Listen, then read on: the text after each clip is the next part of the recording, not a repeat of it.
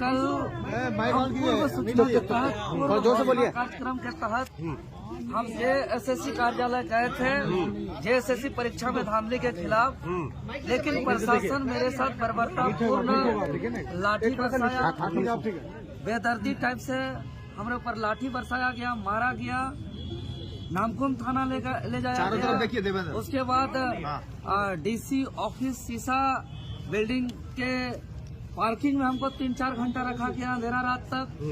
उसके बाद फिर हमको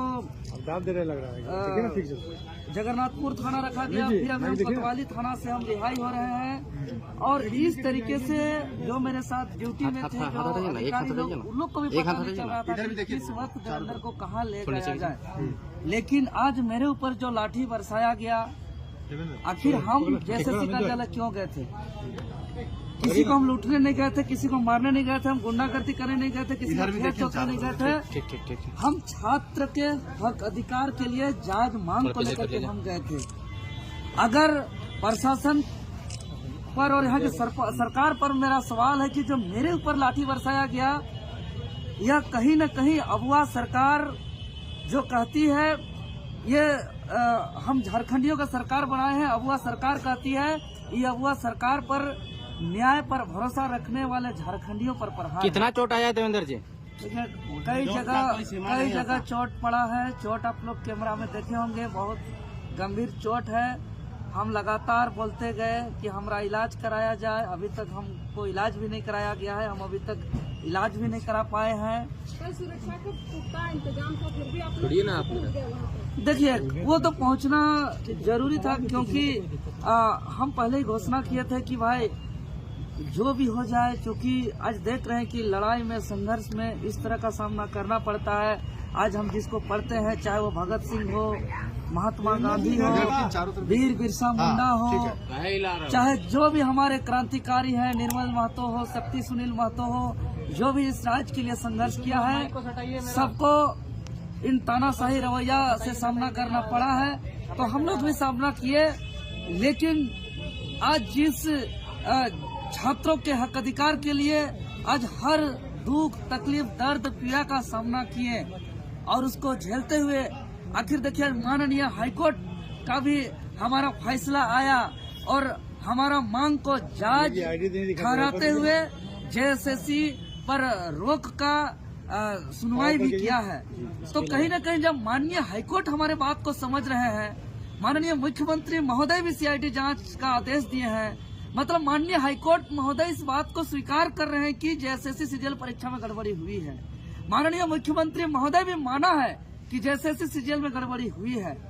लेकिन आज जिस प्रशासन को वेतन मिलता है, पब्लिक का पैसा मिलता है, और प्रशासन या थाना में बड़े बड़े अक्षरों में लिखा जाता है सेवा ही धर्म, और अगर थाना में कॉल भी कीजिएगा किसी थाना प्रभारी को तो गाना भी बजता है कि हमको जो है कि आपके सेवा में है झारखंड पुलिस।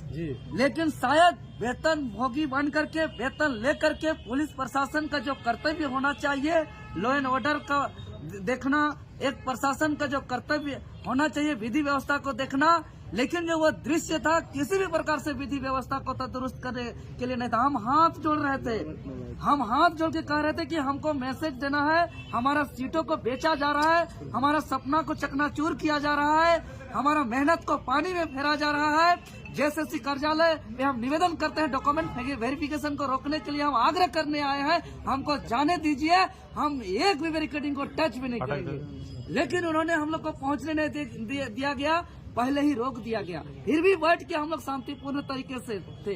लेकिन हम मीडिया और संबंधित अधिकारी पदाधिकारी से हम कहना चाहेंगे, क्योंकि वहाँ पे जो दृश्य था हम लोग शांतिपूर्ण तरीके से थे, वीडियो फुटेज निकाला जाए, उसमें से एक वर्दी पहने हुए पुलिस प्रशासन जो मेरे ऊपर सबसे ज्यादा लाठी चलाए हैं, नामकुम थाना के हैं, वो उकसाया है स्टूडेंट को कि खड़े हो, हंगामा करो, तुम लोग आगे बढ़ो, ऐसा उकसाने का काम किया है। उनके उकसाने से छात्र जो है कि खड़े हुए थे, नहीं तो छात्र शांतिपूर्ण तरीके से बैठे हुए हैं।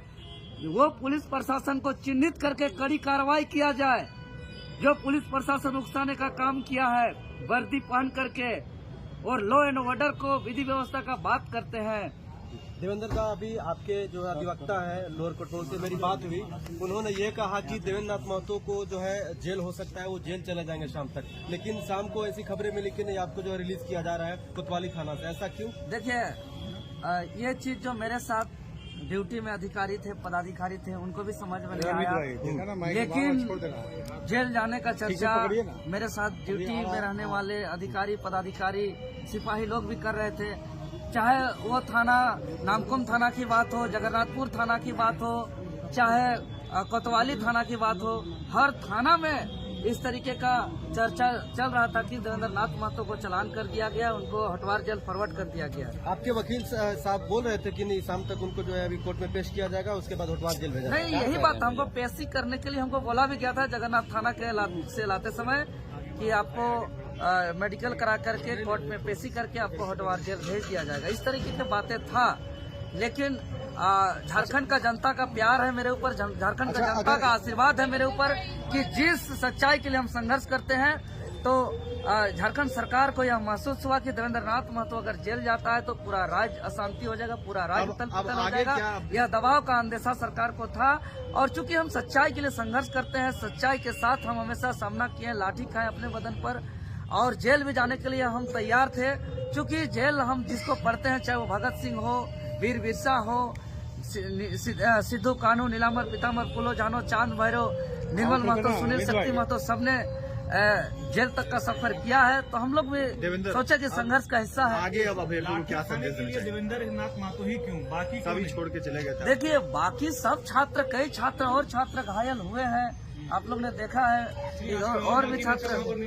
देवेंद्र जी, आपके केंद्रीय अध्यक्ष नहीं आए, क्या कहिएगा? केंद्रीय अध्यक्ष नहीं रहते हैं, मैं लगातार इस बात को बोलता है, आपसे कहता आया हूँ कि आप ही लाठी खाते हैं, चाहे इससे पहले की बात करें या जो आपका जो सहायक पुलिस का जो आंदोलन था उसमें भी लाठी खाए थे। आपके केंद्रीय अध्यक्ष नहीं आते हैं, सामने भी नहीं आते हैं। बात समझिए, मैं राजधानी रांची में रहता हूँ, मेरा संसदीय क्षेत्र रांची लोकसभा है, बगल में रांची जिला में ही विधानसभा क्षेत्र सिल्ली है, और सबसे ज्यादा इस क्षेत्र में होने वाले आंदोलन को लीड करता हूं, तो जाहिर सा बात है कि अपना क्षेत्र का आंदोलन होता है तो मुझे आगे रह के नेतृत्व करना मेरा दायित्व है, मेरा कर्तव्य है, उसका पालन करता हूं।